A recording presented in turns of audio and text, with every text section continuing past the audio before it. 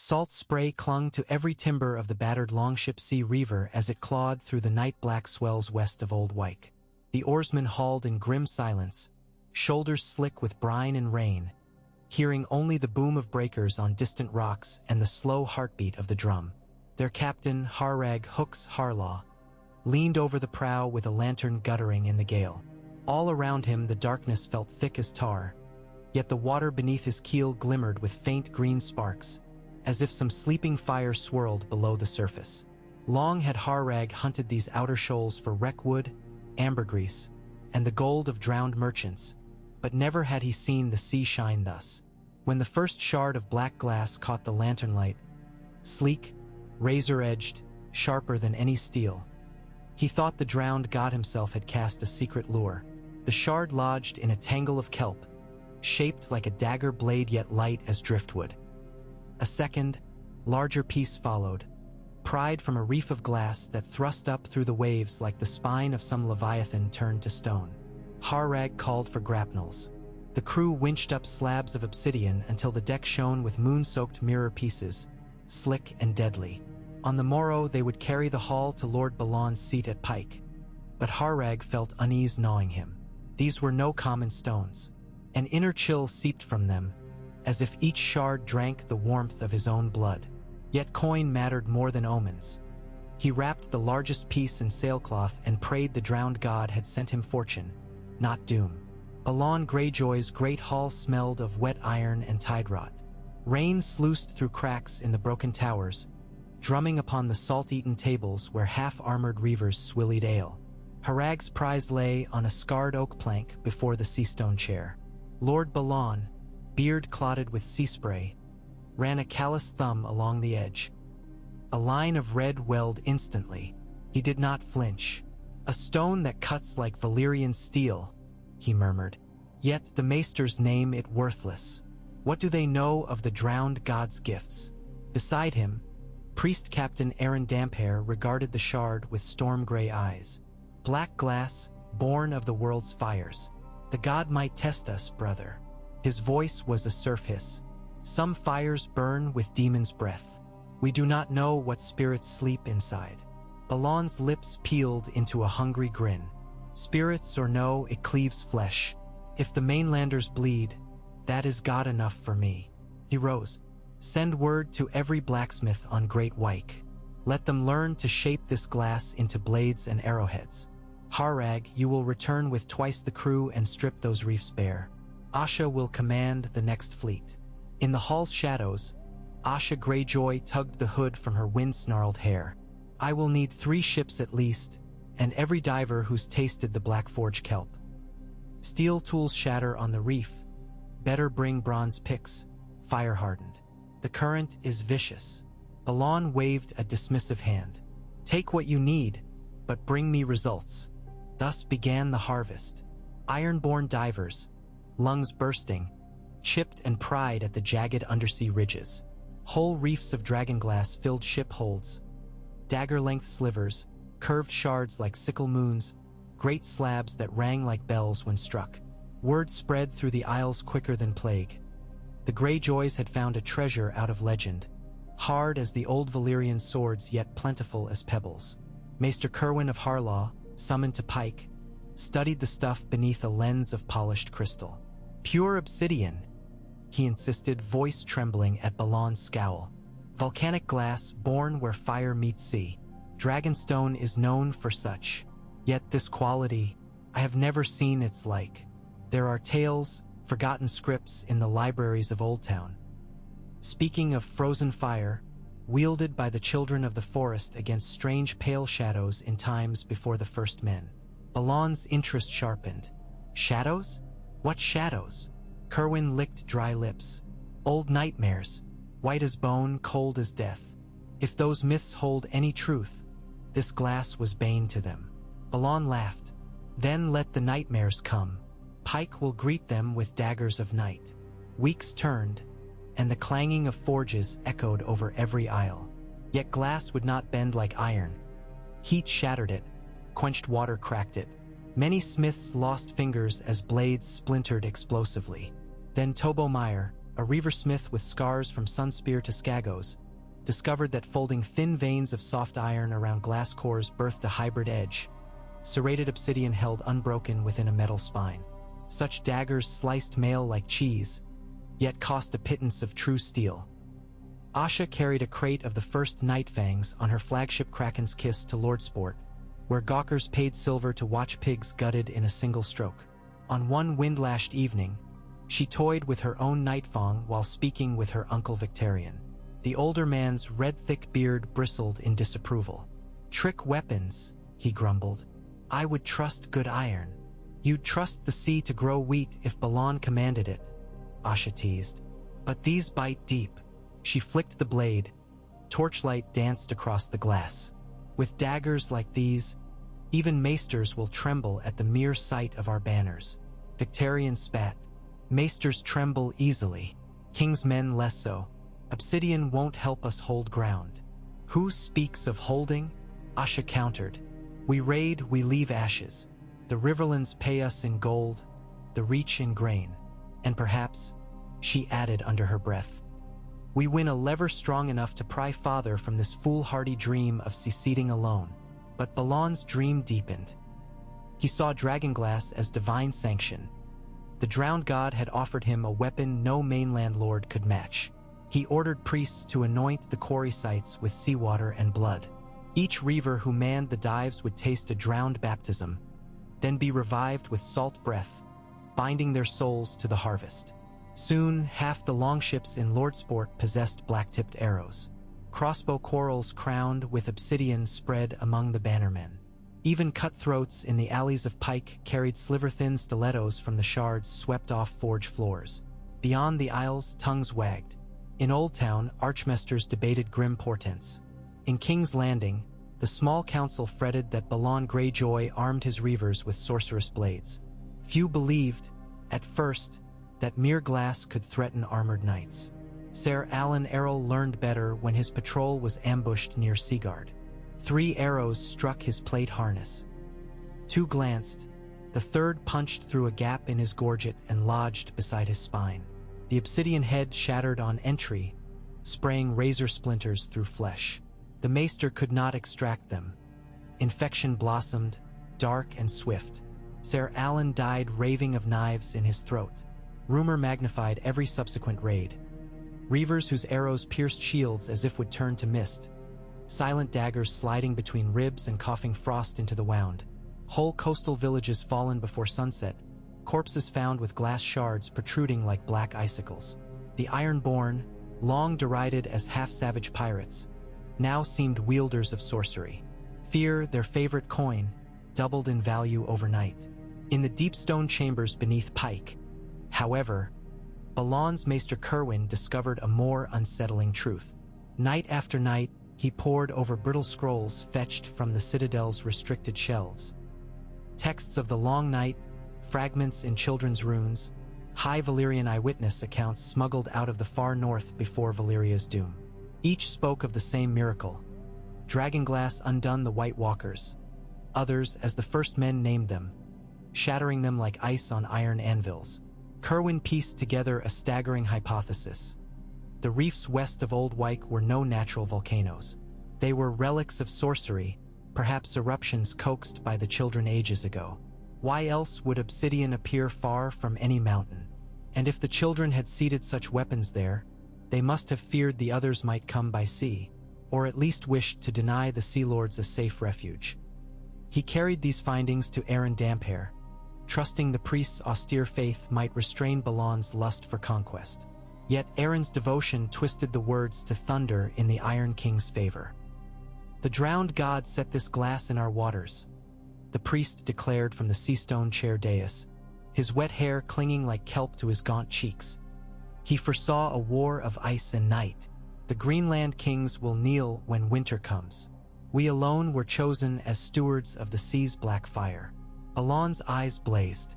"Stewards? Nay, masters." He rose before the throng of captains. "Winter approaches. We shall carve our kingdom while the mainland shivers. When the ice demons march, who will they beg for aid? Balan Greyjoy, wielder of the Nightfang, The hall erupted in cheers, but Asha watched her father, noting the fever sheen upon his brow. Ambition had sailed beyond reason. North of the wall, winter already sharpened its claws. In the frost-locked haunted forest, the old bear's ranging parties glimpsed pale blue eyes lurking between skeletal trees. Farther east, at Hardhome, ghost fires flickered on the beach, signals of encroaching terror. But the watch lacked men and blade alike to face the threat. Jon Snow, a new steward in black, would soon discover crates of Dragonglass on Dragonstone. In another timeline, here the future bent. Samwell Tarly found no Dragonglass beneath the fist of the First Men. Stannis Baratheon, fuming in exile on Dragonstone, hoarded but did not share his obsidian caches, unaware of their worth. The only bountiful supply lay in the Iron Islands, guarded by sea wolves who knew neither loyalty nor mercy to the realms of men. Thus a single twist of fate placed the world's salvation, if such it could be, into the salt-stained hands of Balon Greyjoy. Asha Greyjoy stood upon the cliffs of Great Wyke at dusk, watching divers haul dripping nets of black shards. Nearby, Tobo Meyer tested a newly forged axes, hafted in weirwood, edged in obsidian steel. He split a helm at a single stroke. Asha wondered what might happen if such an axe struck something colder than steel. Something older, dead, and yet walking. That night, she dreamt of waves frozen mid-crash, of white shadows stepping across the still water, ice blades gleaming. She saw her brother Theon, pale and thin, kneeling before a hoarfrost king who offered him a crown of ice. She woke shivering despite the summer night, grasping her nightfang as though it could chase the dream away. Come dawn, she set sail for Pike with a bold plea, to carry a small fleet north, trading pretext but truly to test these weapons against whispered things beyond the wall. If there was an ancient enemy stirring, better to meet it on one field and learn its measure. Balon scoffed, fight ghosts in a frozen waste? And leave the southern coasts ripe for plunder? No, daughter. Winterfell lies wounded after Robb Stark marched south. We will strike Moat Cailin, open the neck, and reap silver from the green lands. Winterfell's stone walls won't shatter at the sight of Dragonglass, Asha argued. If these shards slay creatures of ice, let us first prove it so before we squander men on a useless siege. Balon's gaze turned hard. Useless? Stark lands are fat. Every river teems with fish. We take their keeps, we feast through winter. But if these others exist, stories told by cravens. Balon rose, ending the council. I trust the bite of real axes more than children's tales. You will command the Moat Cailin assault, or you will stay ashore and rot. Choose. Asha chose the assault, curse in her throat, while storm clouds boiled over the lonely light. At Moat Cailin the bogs swallowed men, but Dragonglass arrowheads pierced through the thick leather shields of the crannogmen who answered House Reed's call. Yet the fortress itself, broken towers on earthen mounts, offered little booty. Soon Asha's gaze shifted north, toward the King's Road, where frightened travelers whispered of blue-eyed corpses sighted near the Umber Keeps. Letters flew. Ravens from Castle Black begging aid, ignored by southern lords obsessed with the war for the Iron Throne. One raven arrived at Deepwood Motte while Asha's raiders slept in its halls. She cracked the Night's Watch seal herself, read of wildlings routed by White Walkers at the Shadow Tower, of dead men rising. The words tasted like her nightmare. She called her captains that night. We ride at dawn, she declared. Not south, north to the wall. Victarion balked. Defying Balon invites the noose. Balon won't hear of it until we succeed, she said coolly. When we return with proof these weapons slaughter the dead, even our father must heed. The drowned god rewards bold hands. Victarion, though loyal to Balon, respected courage. He grunted assent. 10 longships, 200 spears. More we cannot spare. Enough, Asha said. If this threat is smoke, we lose only a raid's worth of men. If not, her eyes glittered, then we win an honor the songs cannot ignore. Across snow-whipped seas they sailed, past Skagos' bleak cliffs, east of the shivering shore, until the wall's pale immensity rose from the horizon. At Eastwatch, Jon Snow watched them beach, mystified. Ironborn sails carried terror, not succor. But Asha strode onto the dock beneath a banner stitched with a black shard on gray saltfield. She knelt before the old bear, Lord Commander Jeor Mormont, and offered 2 chests of Dragonglass blade cores as tribute to the guardians of the realm. Mormont eyed her warily. "What price, Kraken daughter?" "None save a chance to see if legend rings true," she replied. "Let us ride with your rangers. If our blades can carve these wights, we all gain." Jon, standing near, studied the glistening shards. He recalled tales old Nan had told, of heroes wielding dragon steel against ice devils. His ghostly direwolf sniffed the air and whined.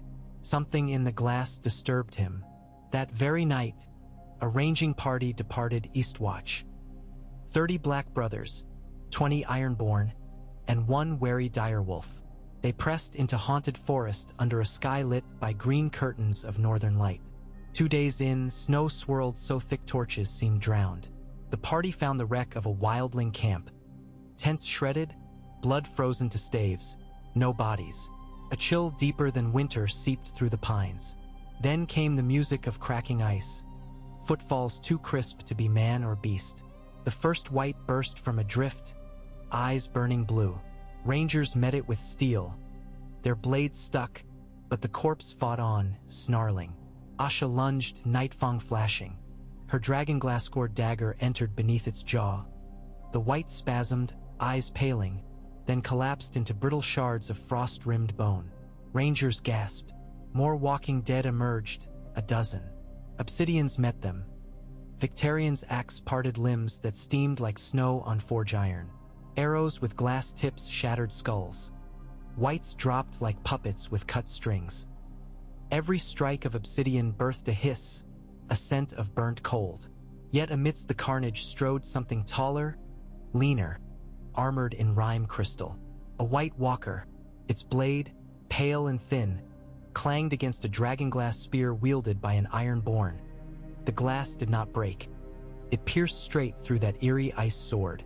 The walker's chest exploded, showering snow like diamond dust. Silence followed, broken only by the rasp of breath. Jon Snow knelt beside a corpse turned to shards. His black-gloved fingers trembled. "It works," he whispered. "By all the gods, it works." Victarion roared triumph. "Night fangs for all. The dead cannot stand against the Kraken's black fire." Ravens flew south, north, east. To Pike, "Your weapons slay doom itself." To Winterfell, held cautiously by Lady Sansa Stark since the wars, "The Ironborn march with us against Winter's bane." To Dragonstone, "Warden of the narrow sea, beware, for the Isles command the true fire now." Balon's pride swelled monstrous. He proclaimed himself shield of the living and demanded every lord of Westeros acknowledge his sovereignty over the seas in exchange for dragonglass shipments. Lannisport laughed, until an obsidian-tipped bolt-slain Ser Davin Lannister aboard his flagship within harbor walls. After that, laughter quieted, but politics could wait. From beyond the wall surged terror. Mance raiders scattered wildlings drove south, chased by hosts of blue-eyed dead. Castle Black braced for siege. Jon Snow moved to command the defense, found an unlikely ally in Asha. Together they drilled Night's Watch and Ironborn side by side, forging pikes capped with dragonglass, arrowheads by the thousand. Maester Aemon, near blind, felt one shard and wept. In the old tongue it was called Zykeklair, the last light, he murmured. When the darkness came, the children gave men these stars to hold the night at bay. As the first great storm of the long night swept over the wall, whirling black snow and shards of ice, Balon Greyjoy set sail from Pike with 50 longships heavy with nightfangs. His banners bore a kraken clutching a blazing shard. The realm watched in stunned silence. Would the Iron King prove savior or craven opportunist? Yet destiny is capricious with heroes. Balon's fleet never reached Eastwatch. Half-frozen eastern winds drove them north of Skagos, where glaciers calved mountains of ice into the shivering sea. In that maze of flows, a shape like a fortress wrought of moonlight rose. an enormous figure carved of living ice, walking upon the water. Blue fire glared from its sockets. Some monstrous other lord. It raised an arm. The sea itself groaned. Wind died.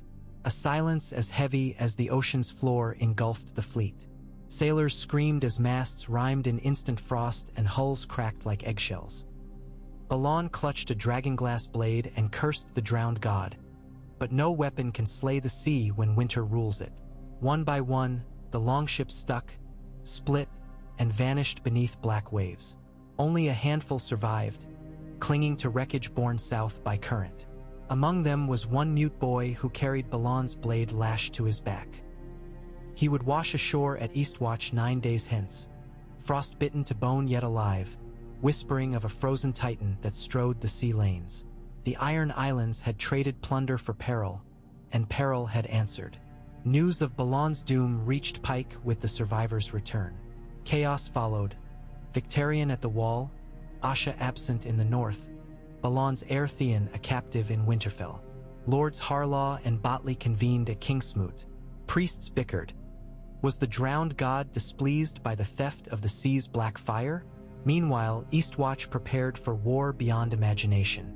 The others gathered in the haunted forest, ice giants stirring behind them. Yet for every sword of ice there now stood 10 spears of obsidian. Ironborn, Black Brothers, wildlings who had bent knee for the gift of Nightfangs. Jon Snow and Asha Greyjoy stood upon the wall as auroras rippled above. Between them, ghost prowled, hackles spiked. Below, forges hissed, pouring glass into crude molds, binding it in iron frames. "Your father sought crowns," Jon said, studying the horizon. "But you, why do you stand here?" Asha smirked. "I've raided half the world for gold and goats. I'd like to raid tomorrow too. Can't pillage if we're all dead, can I?" Jon smiled thinly. "That's one way to look at duty." Duty? Her laugh was rough as breakers. "Call it profit. Call it pride. The sea taught me this. Storms don't care if you're PRI, NCE or pauper. Only those who reef their sails at the right moment live to boast." Jon nodded. "Then reef we shall. When the storm breaks, our Nightfangs must hold." Midnight on the solstice. The storm broke. The forest outside the Shadow Tower erupted in unnatural blue radiance. 10,000 wights advanced, led by half-dozen white walkers astride dead horses. Their chill wind struck the wall. Its great stones groaned. On the parapet, archers loosed black glass arrows in sheets. Below, trapdoors opened, dropping barrels packed with obsidian shards mixed in lamp oil and pitch. Flaming glass bombs shattered amidst the enemy, bursts of molten obsidian fusing whites into icy slag. Asha led a sortie through the tunnel, Nightfang axe in hand, Ironborn in wedge formation. They met the first wave at the foot of the wall, blades biting. Each walker that fell to glass burst, blast of cold that froze men's beards mid-cry. But obsidian armor, thin plating of glass embedded in boiled leather, turned aside the worst of it. Victarion fought like a storm god reborn, dragging down a frost giant with grapnels while rangers hacked at its ankles with glass blades. Jon Snow, long claw sheathed, wielded a dragonglass spear of his own making, its spine carved from a weirwood limb. He drove it through the chest of a walker that lunged at Samwell, and the creature exploded in a shatter of rime. Yet numbers pressed. Every white slain birthed 2 more from newly fallen corpses. The battle surged along the base of the wall like tide against cliffs. Only at dawn did the dead retreat, mist boiling around their ranks. Asha's arms ached. She gazed across the field of fractured ice corpses. "We won," she murmured, voice cracking. Jon shook his head. "We survived, but they will come again." He lifted a shard of glass from the snow, its edge still gleaming. "This saved us, yet I fear we hold the cure and the curse alike. For every lord south of the neck will crave it now. And men kill quicker than whites for what they desire." Asha's eyes hardened. "Then let us carve a price in blood and salt. The Ironborn are no strangers to men's greed." Far to the south, the throne in King's Landing trembled as word spread. Nightfang, obsidian, salvation, and only one people owned the sea roads to that salvation. The Game of Thrones tilted, its players forced to kneel not to Dragonfire, but to Dragonglass born upon the wings of krakens. This is but the first hour of 5. Salt light burned low in the brass dishes along the wall's tunnel, painting every face in wavering amber and shadow while blizzards howled beyond the iron-bound gates. Jon Snow's glove brushed Ghost's neck as he walked the midnight perimeter beside Asha Greyjoy. Snow crystals hissed against their black wool, and every torch gusted sideways like a frightened animal. The noise outside the ice corridor. Distant groans, cracks, something heavy dragging itself through drifts. Felt louder each hour, as though winter itself scratched to be let in. Rangers hurried past, arms full of dragonglass corals bundled in sailcloth. Blacksmiths worked in a stinking alcove of the inner yard where 3 clay furnaces roasted obsidian iron billets red-hot, sparks spraying through a crude vent in the wall. The forges added their own rhythm. A hammer clang, a hiss of snow tossed onto anvil to temper steel spines, the sharp crack when a blade cooled too fast and shattered. Half those fragments were swept and poured back into crucibles. None could be spared.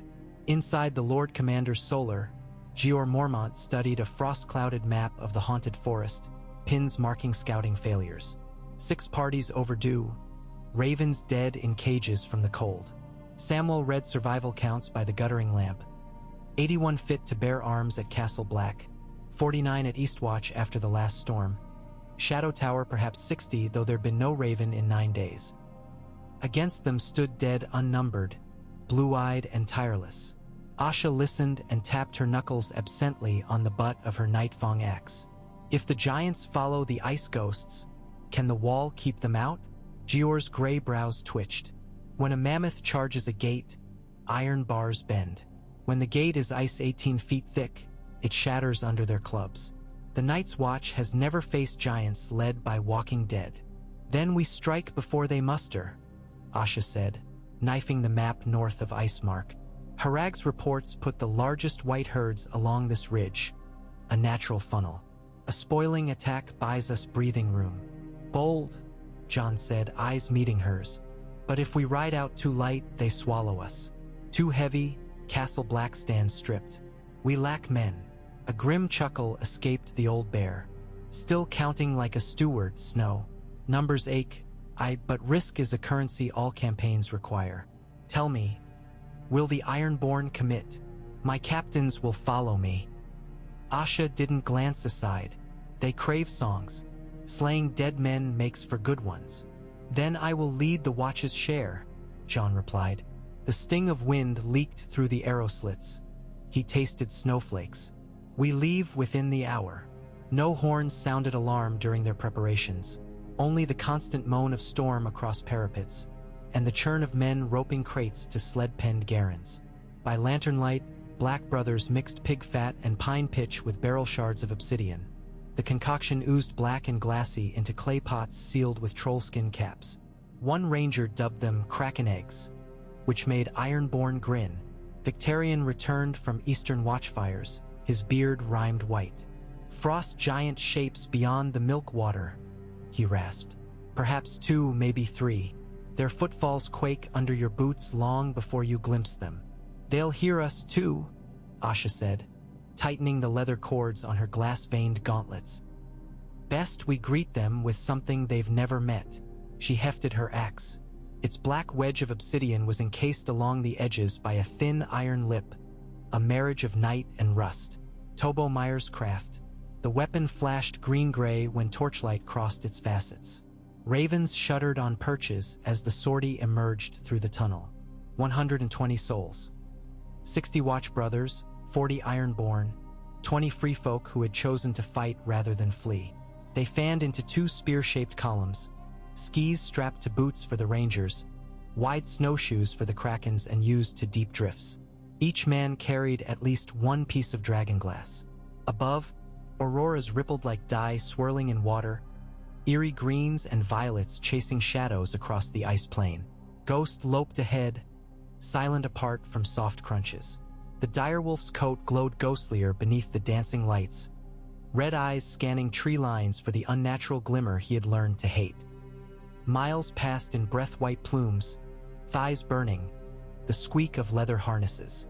When they crested Ridgeback Rise, the forest unfolded below, a black sea of branches webbed with sodium frost. Beyond, the milk water cut a meandering path under an ice crust thick enough to bear a mammoth. Faint blue glows drifted like will-o'-the-wisps between the pines. John raised a gloved fist. The line halted, a soft hiss as sleds settled. Asha stepped beside him, scanning with a long-hafted glass spyglass stolen from a Lycini merchant. Her voice came low. Dead men, dozens. 2 giants further east. Look for outlines against the snowfield. John peered down the tube. There, shapes bulking like boulders in pale haze, each thrice human height, shoulders thick as castle gates. Chains hung from their waists, trailing spiked balls of frozen stone. Between them shuffled a tide of smaller forms, stiff motions betraying life borrowed from the grave. Giant wights, John said. Not living giants. Easier, then, muttered Victarion, loosening the thong of his obsidian warhammer. The head was a solid rhombus of folded glass and iron, edges chiseled to serrate. Dead things break. Samwell coughed behind them, breath trembling clouds. Break, he echoed, though his voice hollowed with fear. He clutched a dragonglass dagger like a prayer book. John signaled. Rangers slipped through flank gaps, laying clay pots in arcs along the slope, a minefield. When they reassembled, the company advanced down the ridge in crouch. Not a man spoke. Brittle twigs snapped under snow only once before someone halted, removed them, stepped again.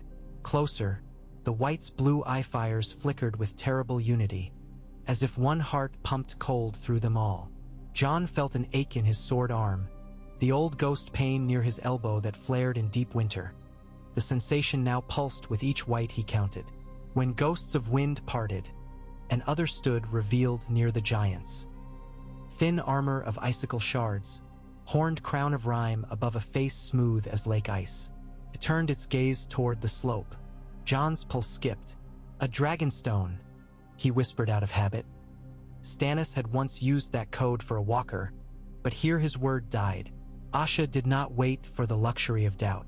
She yanked the black-fletched arrow from her quiver, knocked it into a Myrian recurve bow stolen at Moat Cailin, drew until obsidian head kissed the string, and loosed. The shaft hissed downward, vanishing into gloom, reappearing only when it exploded the first white's cheek in brittle shards. Silence snapped.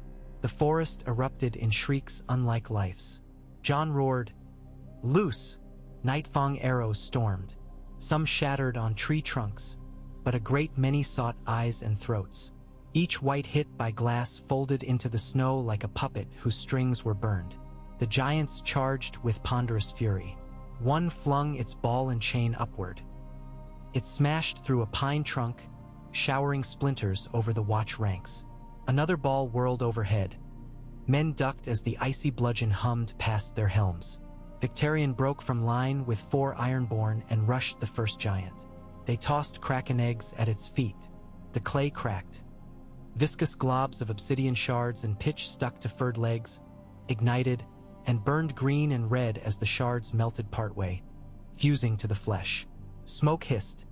The dead giant screamed a sound that shook birds from trees a league away. Victarion's hammer struck its ankle just below the knee where fused glass softened bone. Obsidian teeth chewed through. The joint snapped. The giant toppled onto its side, crushing 5 whites. Victarion vaulted clear and buried the hammer again in its skull. The glass went deep, and the huge frame went still. The second giant lumbered, freeball whistling. John angled left with rangers, bow of you straining as dragonglass arrows sang. 3 arrows peppered the giant's chest, 2 more shattered where ribs jutted, but 1 lodged near the throat. Frost blossomed black along the shaft as if blood reversed itself. The giant shuddered, slowed, then Asha's axe bit its knee. Shards flew, the knee folded. As it fell forward, Ghost leapt, jaws clamping on a white's face, wrenching away icy nose and half skull. Asha ducked under the giant's reaching arm, pivoted, and hacked again at its spine with a two-handed blow that split vertebrae. The giant collapsed, the chain flail burying itself in earth, and within moments the corpse ceased twitching, steam drifting from the wounds. Yet the true threat stalked the rear ranks. The other. It advanced fluidly, sculpted ice blades singing as it swiped a swath of frost through air. Normal steel would shatter, but rangers let slip a volley of obsidian. The walker moved faster than thought. Arrow after arrow disintegrated in frosted vapor near its turning blade. John charged, Dragonglass spear braced. He could feel shivering inside the glass, as though the spear drank the cold radiating ahead. Each footstep cracked ice beneath his boots. Asha flanked, axe ready. Victarion thundered from the other side, warhammer ascending in a two-fisted arc. The other parried Victarion first, its crystal sword clashing, sending chips of rime swirling. The impact numbed Victarion's arms, and his hammer rang like a cracked bell. John leapt, driving the spear toward its chest. The walker's free hand whipped out. Fingers of translucent ice gripped the shaft near the head. Frost spiders spread instantly across the wood until John felt cold gnaw handle deep. "Now!" Asha shouted. She swung her axe like chopping a mast. The black wedge met the walker's arm at the elbow. Glass parted ice as if air. The limbs snapped free, shards skipping over snow in diamond glints. The walker lurched with a sound like glaciers grinding. John yanked free, reversed, and rammed the spear under its jaw and up into the skull. Rime cracked. For an instant, colorless cracks raced across the other's face in fractal webs. Then the whole being imploded into powdery snow that blew away on the next wind. The crystal sword fell in twin halves, melting as they touched the ground. A hush blanketed the battlefield. Then cheers burst, ragged, breathless, half terrified. Torches burned high, lighting the collapsed giant bodies. Whites left standing retreated into dark recesses between trees, but most lay scattered like wet charcoal. John leaned on the spear, catching breath. Asha wiped her axe on dead leaves. "One Ice King gone," she rasped. "How many remain?" "Enough," John said. "But we've proved them mortal." "Mortal?" she echoed, half laugh, half disbelief. They spent the rest of night burning what could burn, burying Dragonglass into corpses to quell reanimation. By dawn, snow pinked with first light, they turned back for the wall laden with proof. The two halves of Ice Blade, still cold but dull, wrapped in furs, a broken giant tooth, more Dragonglass shards none dared touch barehanded. As they marched, the aurora faded, leaving only gray cloud banks bruised purple and orange. John glimpsed shapes far north, more columns of dead drifting in patient silence, still beyond arrow range. They were learning, he realized, pacing themselves, probing defenses.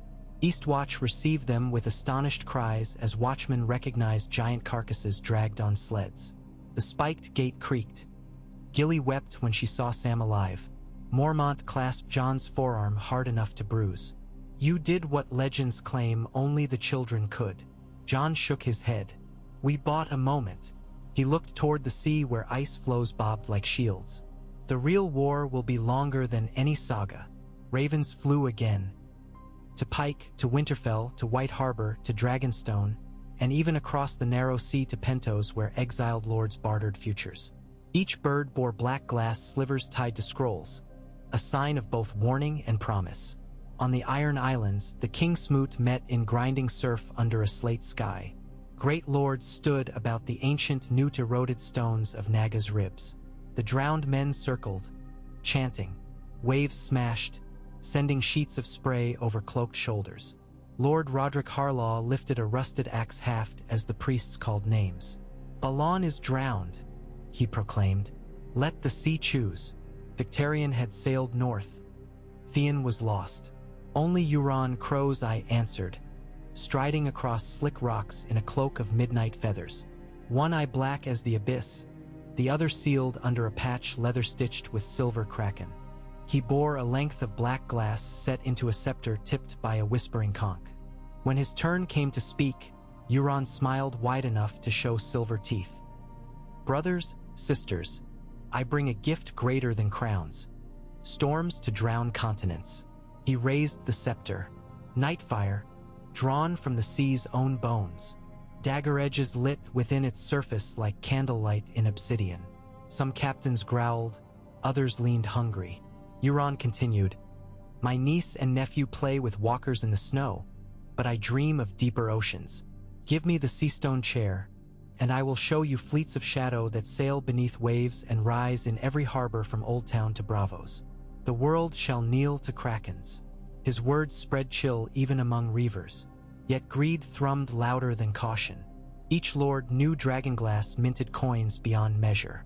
Each pictured themselves baron of a new Blackglass empire if they bent knee early. Though any alliance with crows I risked unknown horrors. Meanwhile, ravens from the wall arrived, their feet raw from flight. Priests read dispatches of ice walkers and giant wights, of Balan's death by a frozen titan. Euronus green brodenet. You see, Frost has slain our weak king. The sea gods require stronger blood. He held up a sealed pouch. I sailed beyond Skagos, found secrets on the lonely light, runes that awaken dead glass. Elect me, and I'll conjure storms to grind these pale devils to salt. Many cheered, others recoiled, suspecting sorcery. But the King Smoot thrives on spectacle. By dusk Euron ruled. Victarion, still on the wall, would only learn weeks later.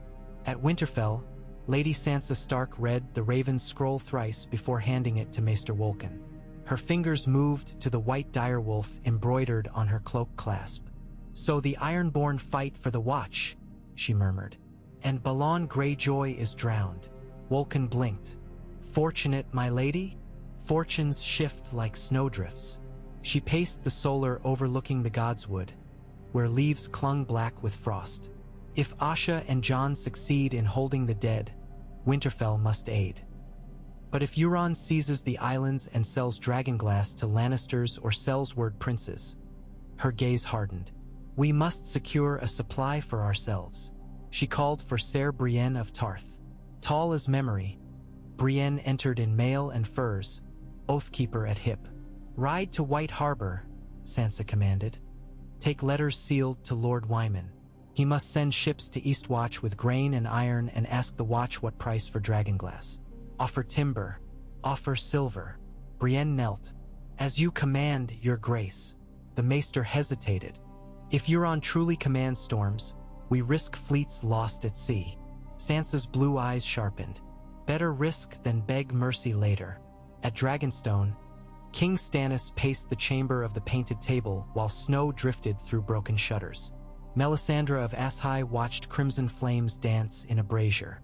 "The Ironborn carve fame north," Stannis growled. "And I, rightful king, sit idle, denied by half-starved lords." He punched the table.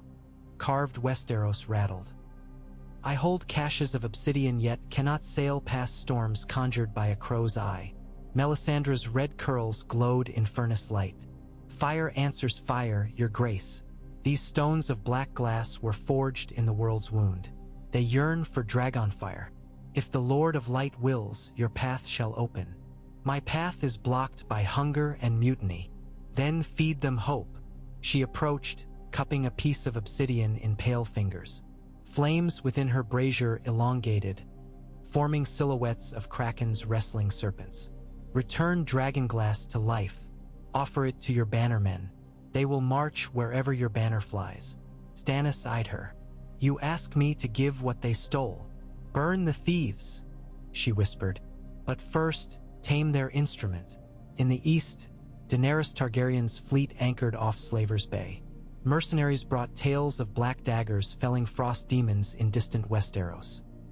Grey Worm listened, his expression still as water, while Missandei translated the Volantene gossip. Daenerys' thoughts turned to Viserion and Regal circling above. Dragonfire allied to Dragonglass could forge a destiny stronger than any throne. Yet that fate remained an ocean away. Back at Castle Black, the next fortnight bled endless toil. The sortie's victory emboldened but did not deceive. Each dawn, white scouts lingered just beyond Longbow Reach, counting, learning. Samuel oversaw scribes compiling treatises on walker demise. He recorded arrow shaft length, pitch glass ratios, sweet spots in giant vertebrae. Maester Eamon whispered corrections, summoning memories of older texts. John convened councils with wildling chiefs, ironborn captains, and Southron knights who'd arrived with supply trains from White Harbor. Tormund Giantsbane slouched at one end, belly-sucking ribs thin. Famine pressed the free folk, yet he'd brought 400 spears loyal to him. Asha sat across, boots on bench, counting how many barrels of sailcloth she'd need to wrap new shipments of obsidian as blades chipped faster than they forged. One evening, while snow faintly glistened like stardust, Asha stood on the wall's edge staring toward the sea. John joined her. Clouds parted just enough to show the aurora again, snaking violet this time. "Someone told me," she said quietly, "that these lights are the gods' lanterns guiding dead souls." John folded arms. "Old Nen said they're drakes forging steel in the sky. Both could be true." She dug a heel into rimed ice. "My father died chasing storms he thought would make him lord of all. He never saw past tomorrow." "He saw something," John offered. "Even wrong men can glimpse truth." "He saw loot," she countered. "But there is more value in what we hold now than in every treasury plundered. If we win, the 7 kingdoms will owe the Ironborn a debt they cannot repay." John eyed her sidelong. "Debts breed new wars. Better owed than owing." She exhaled, breath ghosting. "What do you see, Snowcrow?" He studied the dancing lights. "I see dusk, and dawn behind it if we last." A horn blast stuttered from Eastwatch's direction, faint yet barbed. 2, then 3. Attack on the sea. John and Asha met each other's gaze, eyes midnight bright. They raced down ice stairs, their breath echoing thunder. Eastwatch's harbor was a memory of ships now.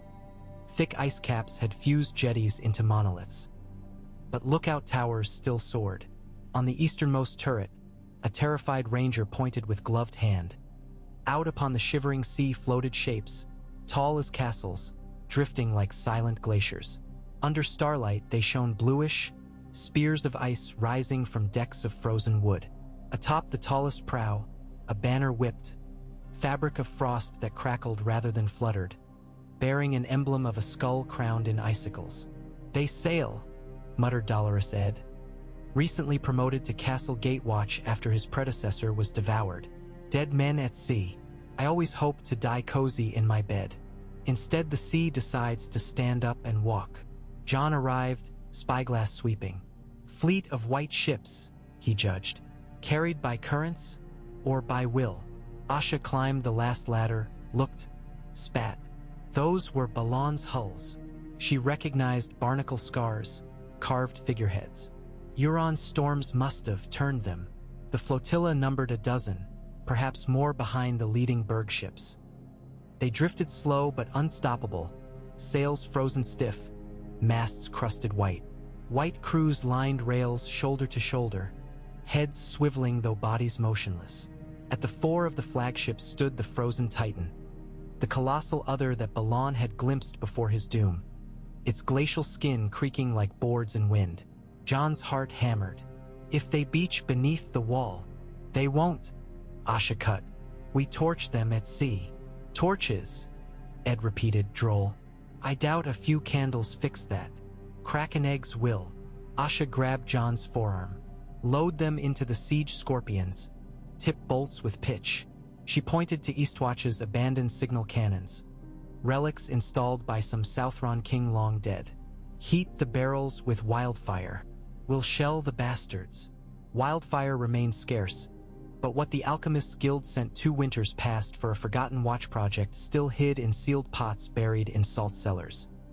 John dispatched runners while Asha directed ironborn gunners to haul scorpions atop the seaward ramparts.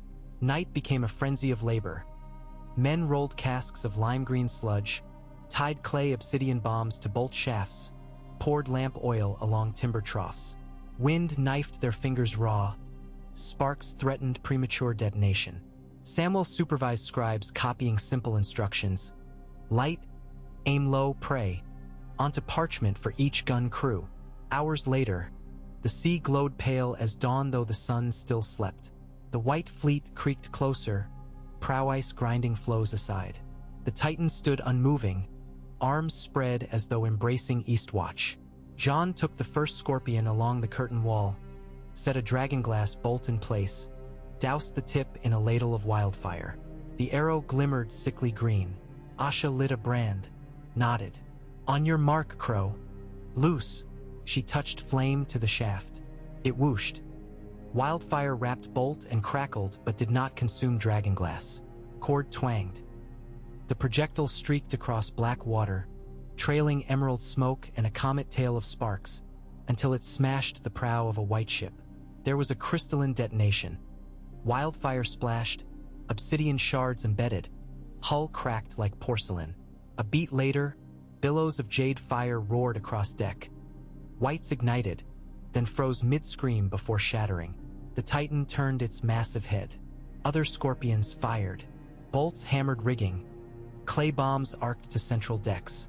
Each savage bloom of green fire illumined the Titan's figure, scales of ice shimmering with internal veins of frost. It raised one colossal arm. The temperature plummeted. Flames dimmed as if strangled. One cannon crew's wildfire hissed into black smoke, dousing itself. "More fire!" Asha bellowed. Rangers rushed with torches, but flame refused to catch. John saw frost rim creeping along scorpion metal. Water vapor crystallized midair. The Titan pointed a finger of ice at the wall. From the sea rose shards, jagged spikes taller than masts, lifting, tilting, aiming like battering rams. They hurtled toward Eastwatch. "Down!" John roared. The first spike slammed the curtain. Rocks fragmented, dust exploded outward. Men were flung. Another spike pierced a tower's base. Masonry fissured in spiderweb cracks. Ghost howled inside the courtyard. Direwolves sensed doom before men count breaths. Asha recovered from rubble shards cutting her brow. Blood blurred her vision. She wiped it and glared. "We break the Titan or the wall breaks." John's glance flicked to the wildfire cauldrons they'd hoarded for final defense. Two immense iron vats suspended by chains behind the east gatehouse.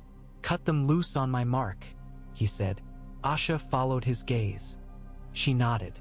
They sprinted across shattered parapets, debris skittering underfoot, while darts of ice rained overhead. Near the gatehouse, only 3 watchmen remained unbroken. John seized a pulley lever. Asha grabbed its twin. Below, the Titan waded through surf. Frozen hulls lodged behind it, jamming nearer shore. "Now!" John shouted. They yanked. Chains clanged. Metal groaned. The first vat tilted. Wildfire sluiced in a tidal sheet of emerald, descending like molten jade rain. John hurled a clay egg after it, a spark trailing. Contact birthed rapture. The wildfire erupted into a tower of living green flame twice the height of the wall. It struck the Titan square. Ice armor vaporized in sheets. Steam exploded outward, shredding whites like straw in wind. The second vat swung, overshot the wall edge, smashed the beach in front of the Titan's knee. Wildfire churned across shingle and frozen surf, sealing prow hulks in napalm so intense it boiled the very seawater. Thunderous cracks resounded. The Titan's torso fissured, fissures spiderwebbing into joints. A final Dragonglass bolt from Asha's scorpion sword struck its chest cavity where green flames licked and sank deep. The obsidian head pulsed crimson, then shattered, releasing a rippled boom. The Titan toppled backward. Its collapse split ice floes, sent a tidal wedge rushing seaward, capsizing white ships. Those not already ablaze fractured under falling ice thrown like shrapnel. A roar of triumph surged from Eastwatch's battered walls. The night sky glowed strange emerald, mixing with aurora purples to fashion a dawn that seemed more omen than sunrise. John sagged against burnt stone. Steam haloed his hair. Asha sank beside him, chest heaving, blood trickling down cheekbone. Ghost padded up, muzzle flecked with ice, laid heavy head on John's knee. "We slew a god of winter," she whispered. "Piece of one," John corrected. "Let songs call it whole."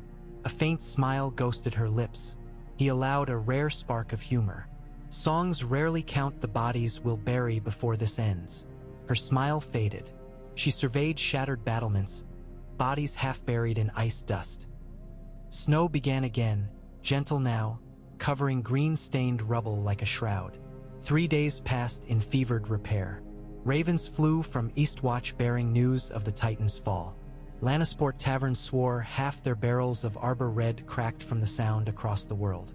In Highgarden, Lady Marjorie paused her needlework, thought of strange green lights rumored along the northern horizon, and wondered if Winter's Tale might claim southern roses sooner than courts believed. At the Citadel, Archmaester Marwyn's glass candle flared unbidden the night the Titan died. He took quill to parchment. The fire has awakened the stone in the sea. The world's hinge turns. Victarion returned from patrol to discover Eastwatch in ruins and his king dead. News of Euron's crown struck him like an axe bit. He paced the courtyard until dawn, clenching fists, muttering vows of retribution. Asha joined him by a charred scorpion. "We need every sword," she told him, voice still hoarse.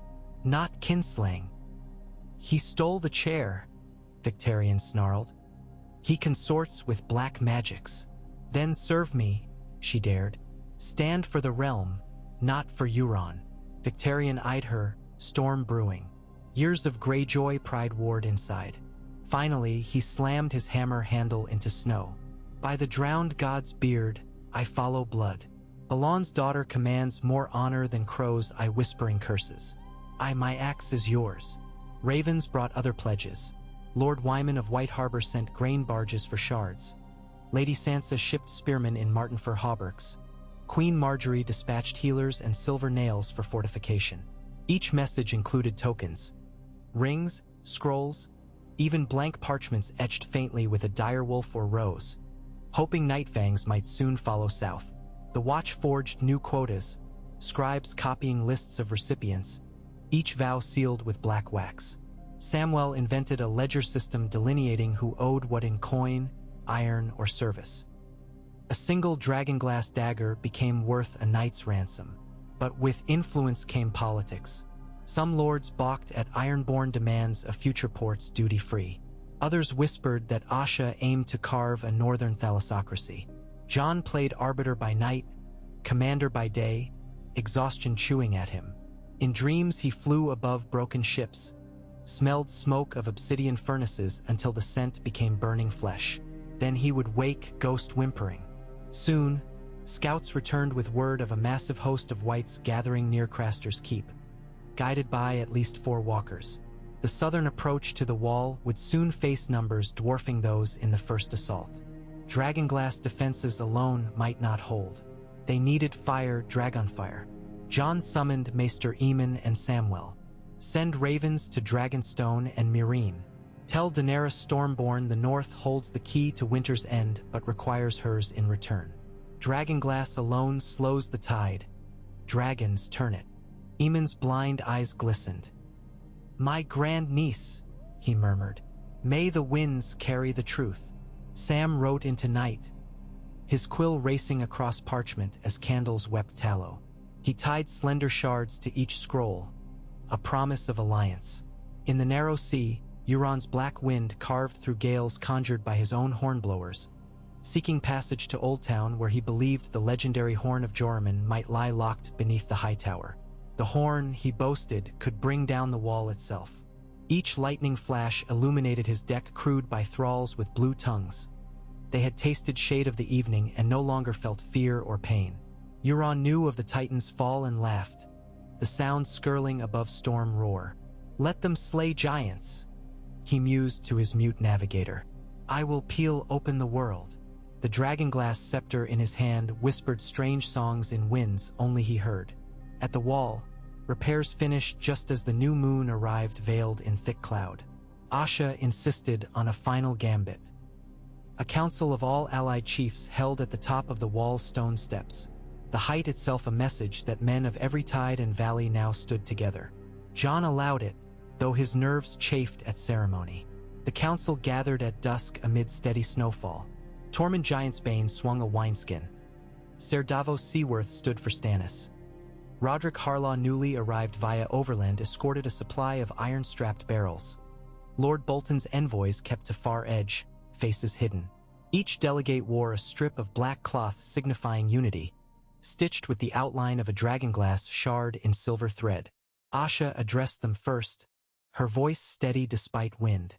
"We face a storm of ice beyond captain or king. Dragonglass alone tips fate. Yet forging it costs lives, timber, sailcloth. The Ironborn will deliver, but we demand passage rights through every port from the Arbor to Gulltown once winter breaks." Murmurs. Lord Wyman rubbed jowls. The Bolton men whispered to each other. Ser Davos smiled thinly. He understood bargains. Tormund barked laughter. "Port fees? We free folk trade with no one's leave." Asha's eyes narrowed. "Then choose to pay in blood. We can pull our fleet south, leave you to freeze." Before tongues sharpened, John stepped forward. "Enough!" His voice rang against ice walls. "Bear witness. The Night's Watch takes no part in trade. We guard the realms. Allies may buy dragonglass, but no port shall close to men fleeing the dead. Collect your rights when spring blossoms." He looked around. If spring still comes. Silence heavy as the wall itself. Maester Eamon raised his trembling staff. "Let each lord swear, after the long night is ended, they shall gather at Harrenhal midsummer to finalize debts, so that no bitterness festers amid new dawn." Roderick Harlaw inclined his head. The reader finds wisdom in binding words to a place steeped in old ruin. One by one, delegates nodded. Even Asha conceded via shrug. The pact sealed with shared cups of warm fire wine. Samwell recorded signatories. Night deepened, wind freshening from north by northwest. John lingered atop the wall with Ghost, staring into black. Snowflakes small as pinpricks struck his cheeks. Somewhere out there the next army marched. He felt it in marrow, a tide so heavy the world's axis might tilt. He heard soft boots behind.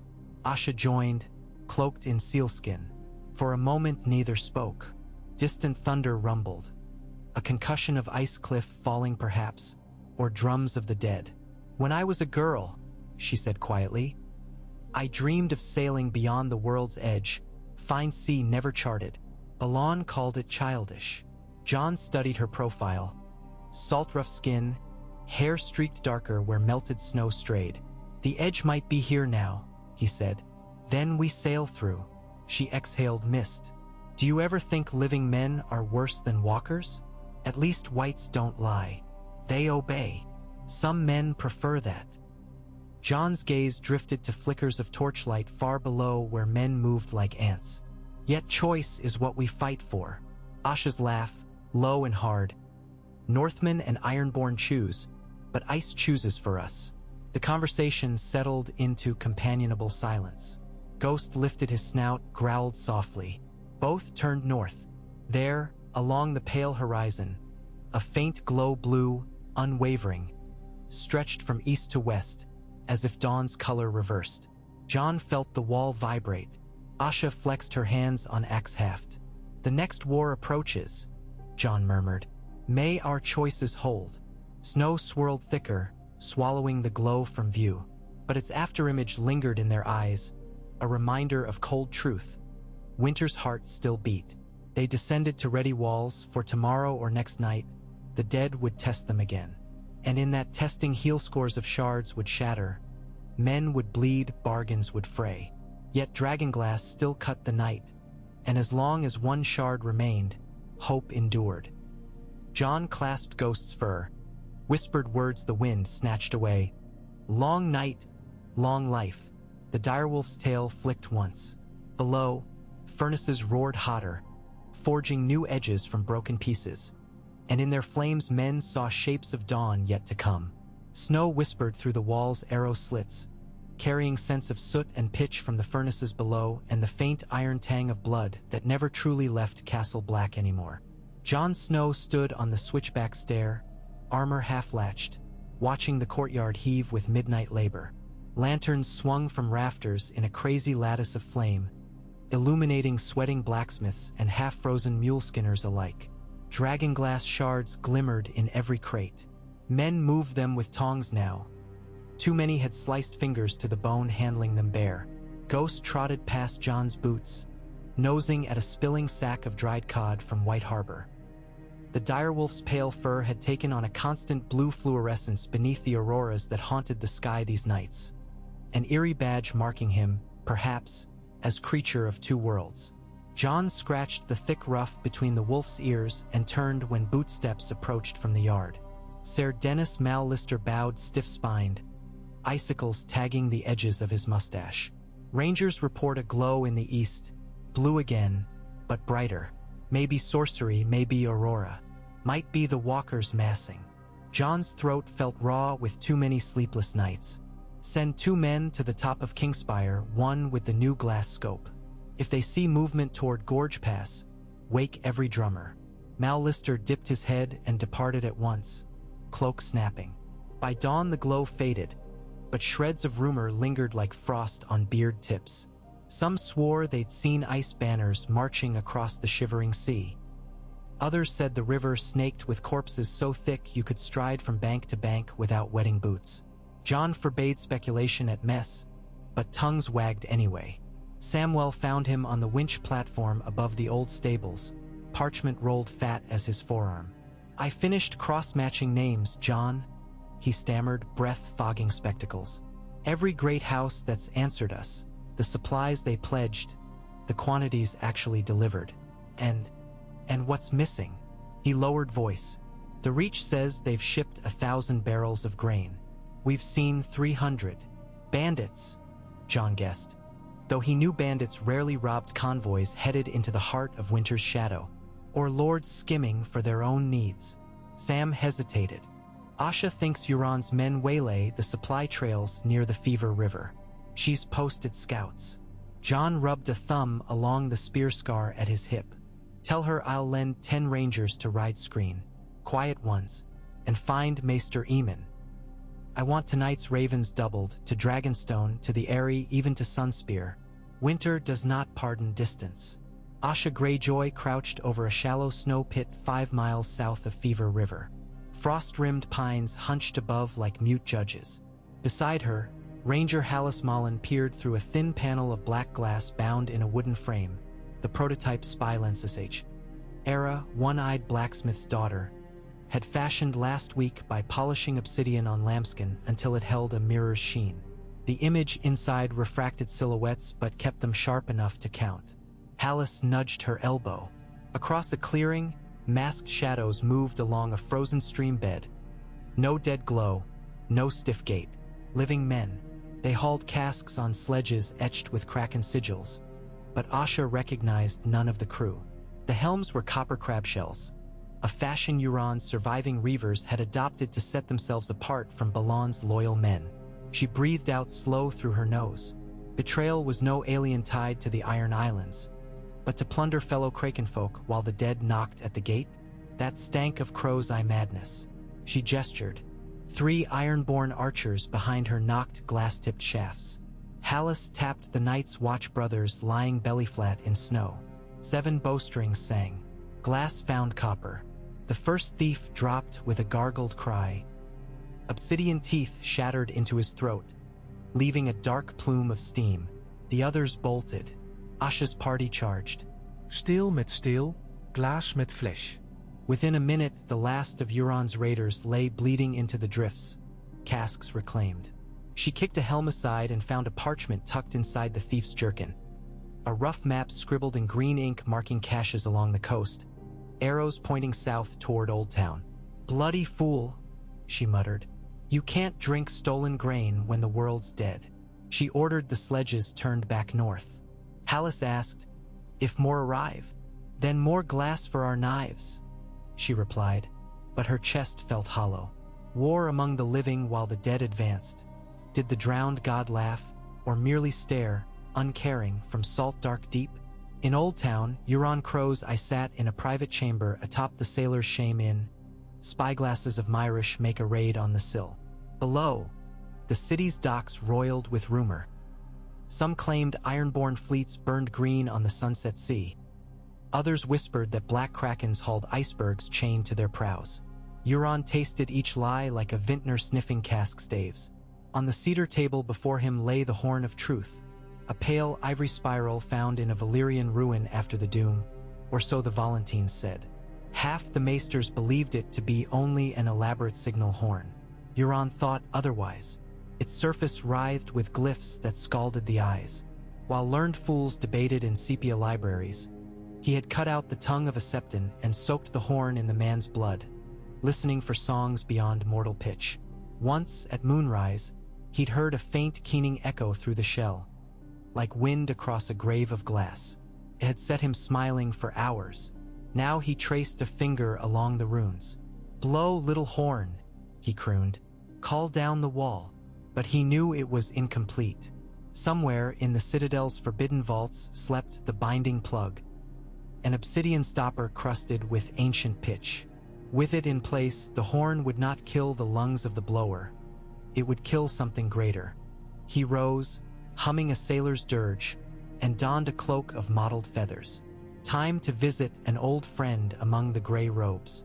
Back north, Jon Snow convened his war council beneath the old oak in the courtyard, its limbs frosted into sculpture. Victarion Greyjoy stood at his left, thick arms folded. Lord Wyman's second son Ser Wendell anchored the right, furs bulging around his girth. Beyond them, Tormund Giantsbane chewed strips of smoked mammoth, eyes crinkled against cold. Jon unrolled a fresh map stitched from parchment scraps. "Craster's Keep," he tapped. "The walkers are mustering there. If they breach the ring forts, they flank us and Eastwatch falls." Wendell frowned. "March on them?" "No," said Asha, stepping through snow ridges still crusted to her greaves. "We bleed too slow against ice. I propose we lure them onto Skirling Pass. Narrow ground, steep drop. We mine it with Nightfang bombs and wildfire casks." Victarion grunted approval. "A forge of glass and flame. Good Kraken idea." Jon considered. "We'll need bait." "I'll lead," Tormund said between bites. "Giants follow me like fleas on a dog. I'll skirmish, draw him roaring." Jon clasped wrists with the wildling. "You'll need runners with horns. 2 blasts keeps us alive. 3, you break and fly," Asha added. "I'll post skirmish ships upriver, ready to sling burning casks down the gorge if the line buckles." Jon nodded. Plan set. But even as they plotted, a scrap of raven feather drifted in above them. One of Sam's birds, torn from sky by sharp wind. Sam rushed with news. A raven from White Harbor lost mid-flight had limped to their rookery. It carried only half a message. "Greyjoy raiders, Old Town Horn, Maesters slain." Jon read the smudged ink. "Euron moves. If he shatters the south while we fight here." He broke off. Asha's jaw nodded. "My uncle won't wait. Once Old Town falls, he'll steer for King's Landing or the Arbor. He wants chaos, same as the Walkers." "Then Skirling Pass must be decisive," Jon said.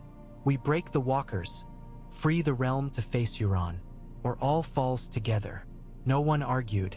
Days later, the war party assembled under greenish dawn. 40 rangers on shaggy garrons, 60 free folk under Tormund's ragged elk-hide banner, 30 ironborn in black-scale hauberks. Each carried at least 2 dragonglass blades and wore new night-veined patches. Thin obsidian shards laced across boiled leather, a crude mail the smith swore could eat frost.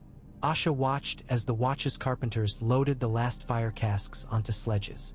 She felt the wind pick up and tasted snow to the west, storm coming. Perfect cover or perfect grave. Jon rode up on a horse as dark as twilight. "We ride swift," he told her. "If the walkers sense trap, we've failed." "My people know nets," she said. "Dead fish or live. They'll see none till the line yanks tight." Ghost padded at the column's fore, pupils black slits against white iris. Then Tormund loosed a whooping laugh, spurred his rangy stallion, and the column moved. Their trail carved a pale slash across the Gorn's way. Snow deepened until only flagged reeds tipped above drifts. They passed weirwoods bent under rime so heavy the carved faces seemed weeping crystal tears. At dusk they reached the mouth of Skirling Pass, A narrow gorge, walls sheared to knife angles, floor barely wide enough for 2 wagons abreast. A frozen stream wound along its heart, ice cracked in stepped patterns. Asha's crews hurried to set casks in niches hammered into rock.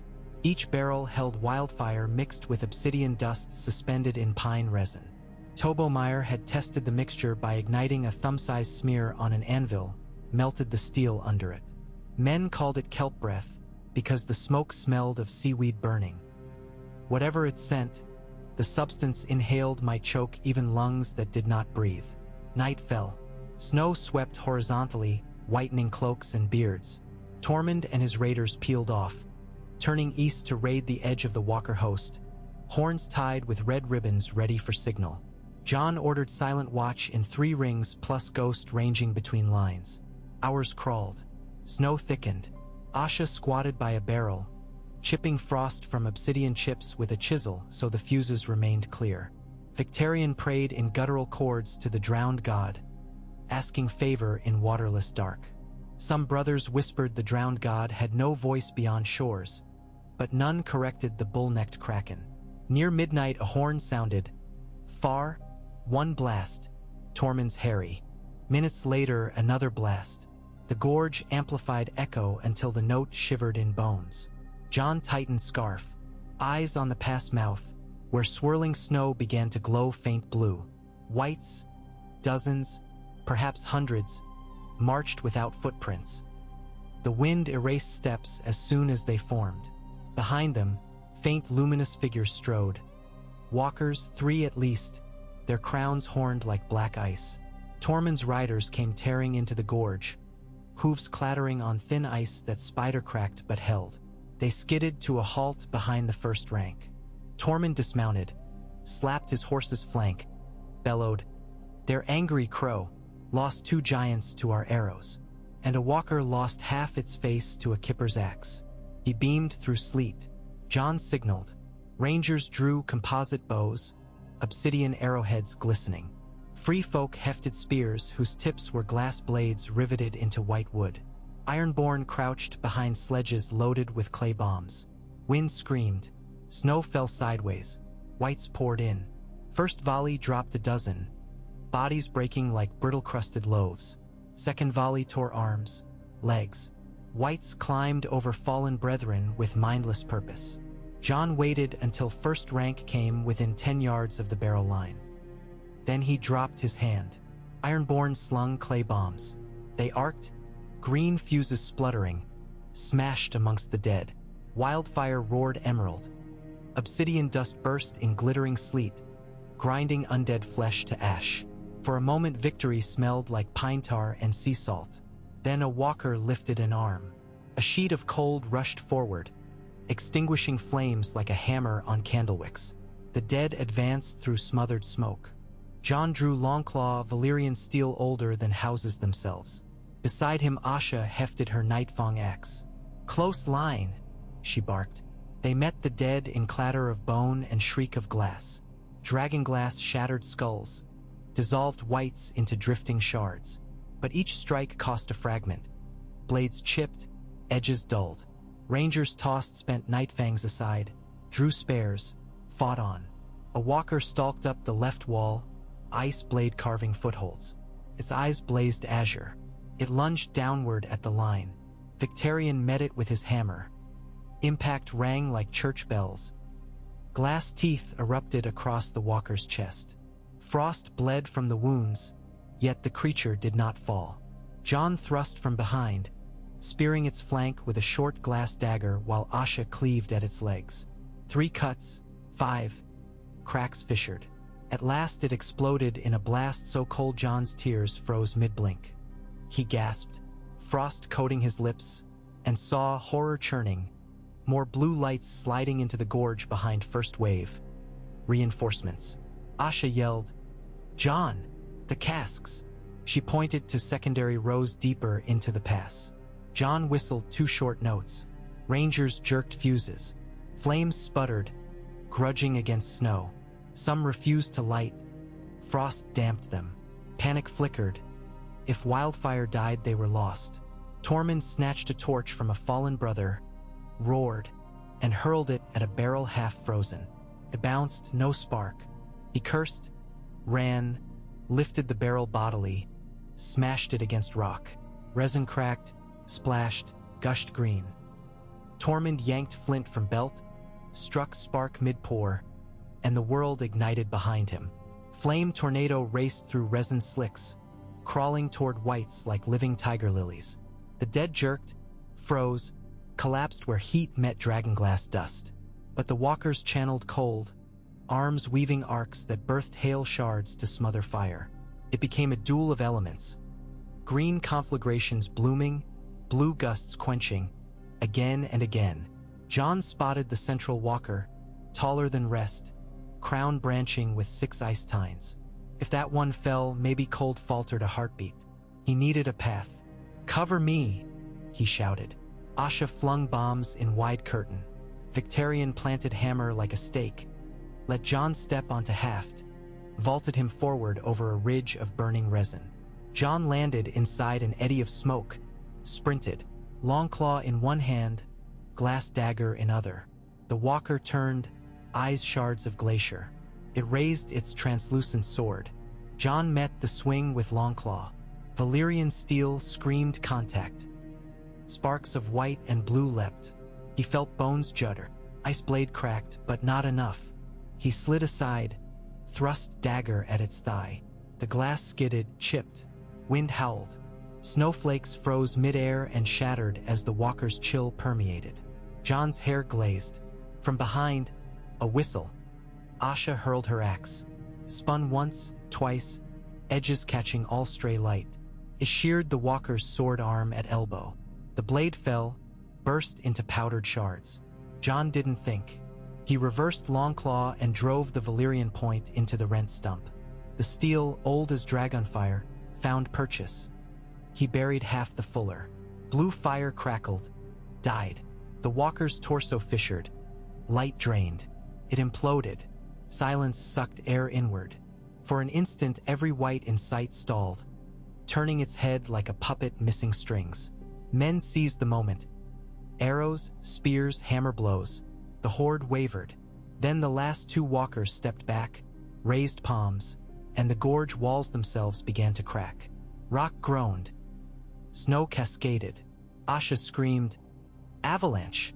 She grabbed Jon's cloak, yanking him toward the fallback route cut earlier. Men fled, bombs discarded. They dashed toward the narrow side tunnel carved by meltwater. Whites lumbered after, but slow. Victarion smashed support struts with hammer. Asha slashed rope lines. With a thunderous roar, half the pass roof collapsed, burying undead and wildfire casks under tons of slate. Explosions muffled beneath rock, sending tremors that threw humans staggering. When snow dust settled, only silence remained, broken by coughing, sobs, the fretful clatter of frightened horses. They'd lost 30 souls, but hundreds of whites lay entombed. 2 walkers gone, skirling past choked. Jon leaned against ice wall, breathing smoke of exertion. His hair was frosted white, skin stung. Asha slumped beside him, rubbing a bruise where Axebelt had dug ribs. Tormund limped over, laughing despite blood trickling from nose. The gorge took a bite. Dead shan't squeeze through that arse crack soon. Jon managed weak smile. We bought time for Eastwatch, and for Southron armies if they hurry. Victarion's hammer head steamed where frost melted off. If, he growled. At Castle Black 3 nights later, the wounded lined the old stables. Maester Orlet, a man of the Reach sent north with Lady Marjorie's convoy, applied willow paste to frostbite, stitched sword rents. Some tell it casualties. A raven arrived from Riverrun, Lady Brienne's courier this time, sending scrolls sealed with Blackfish stamp. It read, "The Riverlands pledge 500 archers, 300 spearmen, for smiths who'd smelt steel for ships. They marched now under snow banners." Good news, Jon thought, but would they reach in time? Another raven bore darker tidings. Old Town's high tower burned green one night. Maesters fled. Rumors said kraken sails blocked whispering sound. No mention of Euron's horn, but sails alone spoke terror enough. If the citadel fell completely, knowledge of Dragonglass weaknesses might vanish with its scholars. John gathered counsel again. Map candles burned low. "Euron severs our southern throat," he told them. "If we lose Old Town, supply lanes shrink." Roderick Harlaw, hunched in thick scarves, suggested dispatching a fast ice runner longship south with message of alliance to any Tyrell loyalists. Victarion volunteered to command. Asha refused to spare him. "I need your hammer on these walls," she said. Arguments grew heated until Samwell, surprising all, slammed a vial of ink on table. "We do what maesters trained for," he said, voice shaking but firm. "We copy. Every treatise on Dragonglass, on the Long Night, on warding spells, we duplicate and send sets with every raven that still flies. If Euron slaughters Old Town, the Citadel will live in 1,000 keeps." John nodded. "Begin at once. Use the old library. Anyone who can read, copy until fingers bleed." Days blurred. Frost bit, furnaces burned, scribes scratched by candlelight. The gorge remained blocked. Scouts reported whites hesitating outside rubble, walkers seeking new paths. But threats brewed elsewhere.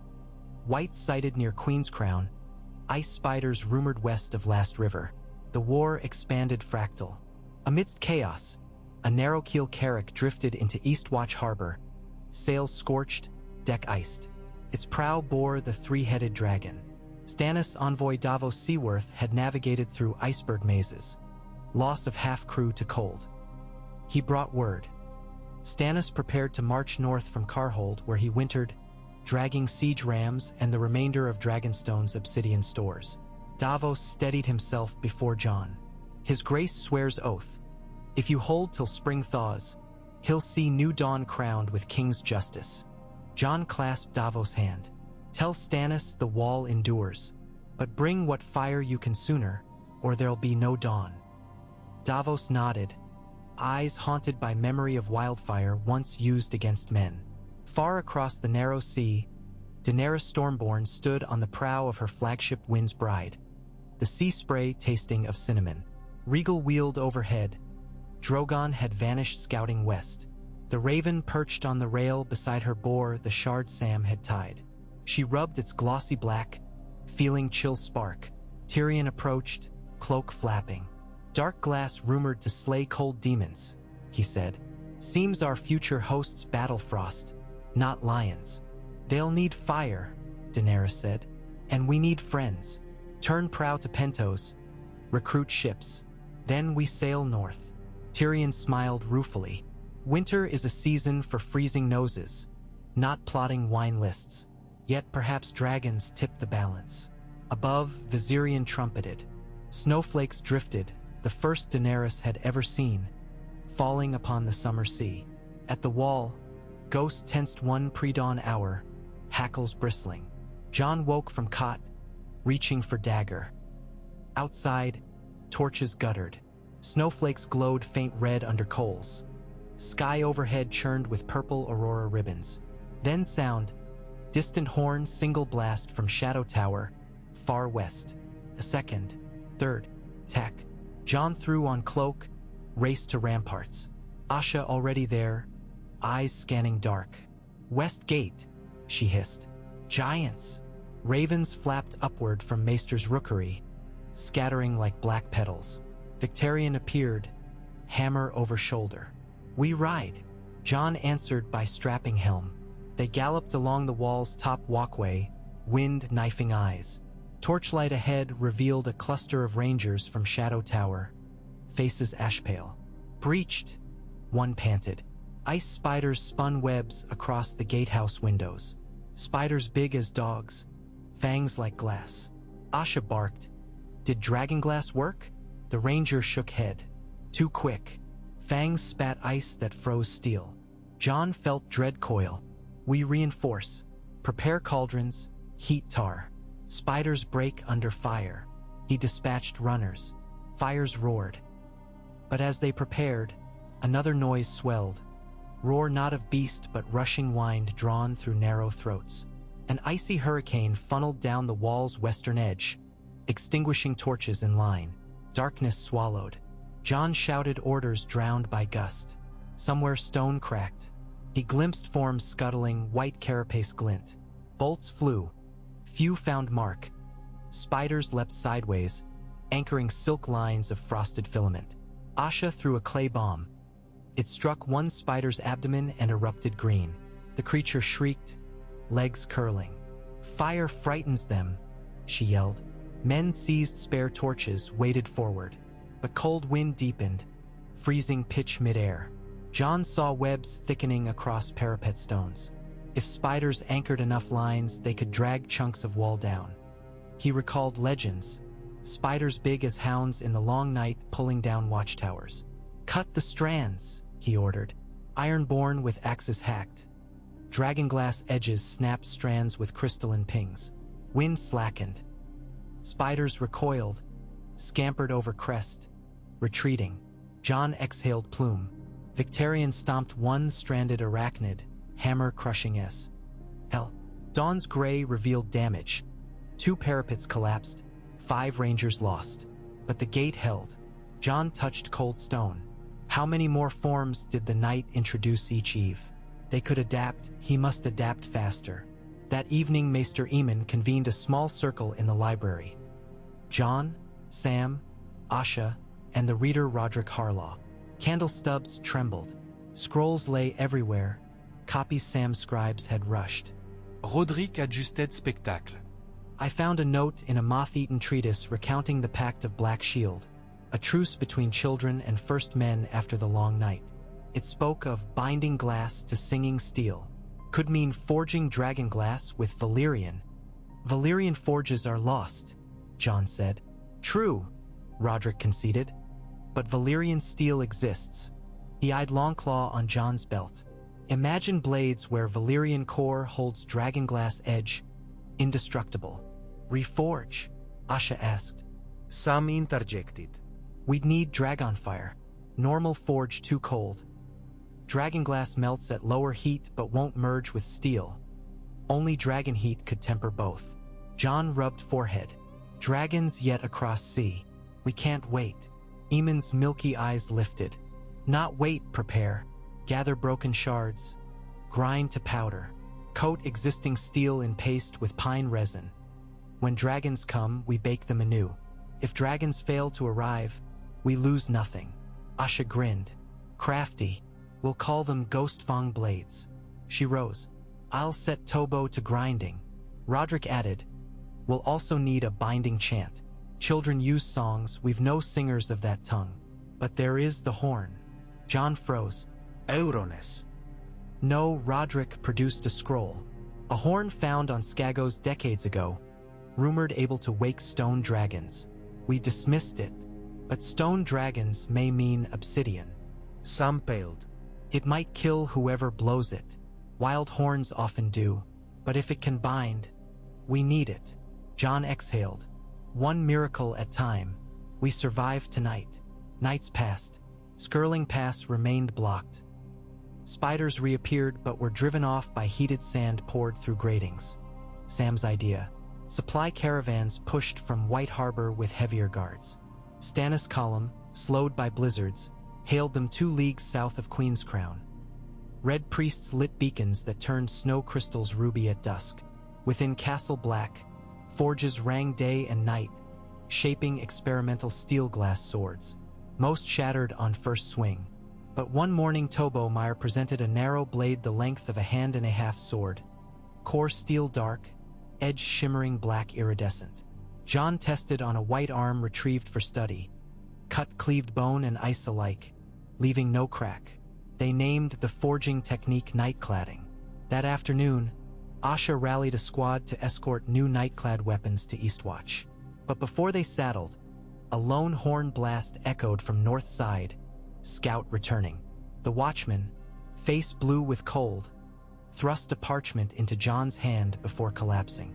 John read, Ice breaking on Howling Fjord, fleet of dead reforming, Titan reforming from shattered bergs. He closed eyes. They had broken a god. It rebuilt. Tormund thumped his chest. We smash it again. John's voice felt hollow. If it can rebuild after each fall, we need a weapon that ends the source. Asha tilted head. Source. John tapped map. Somewhere beyond Frostfangs. Where infants become walkers. Where magic courses raw. We strike there. Silence. Sam whispered. The heart of winter myth.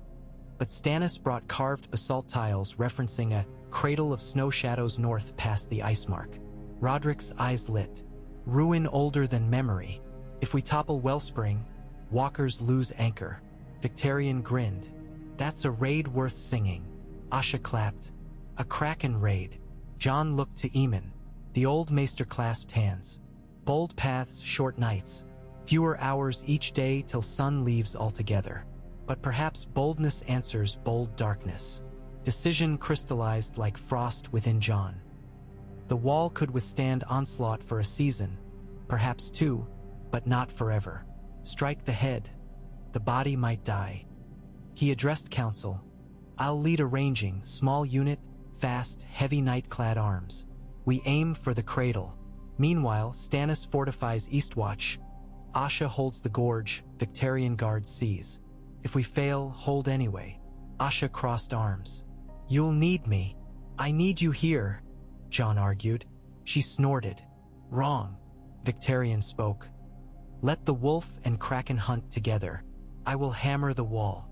John saw trust in Victarion's eyes, surprising but solid. He nodded. Asha comes.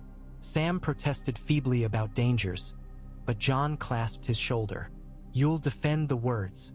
Copy faster. Preparations began. 10 chosen. John, Asha, Tormund, Val. A wildling spearwife stout as oak. Hallis Malin.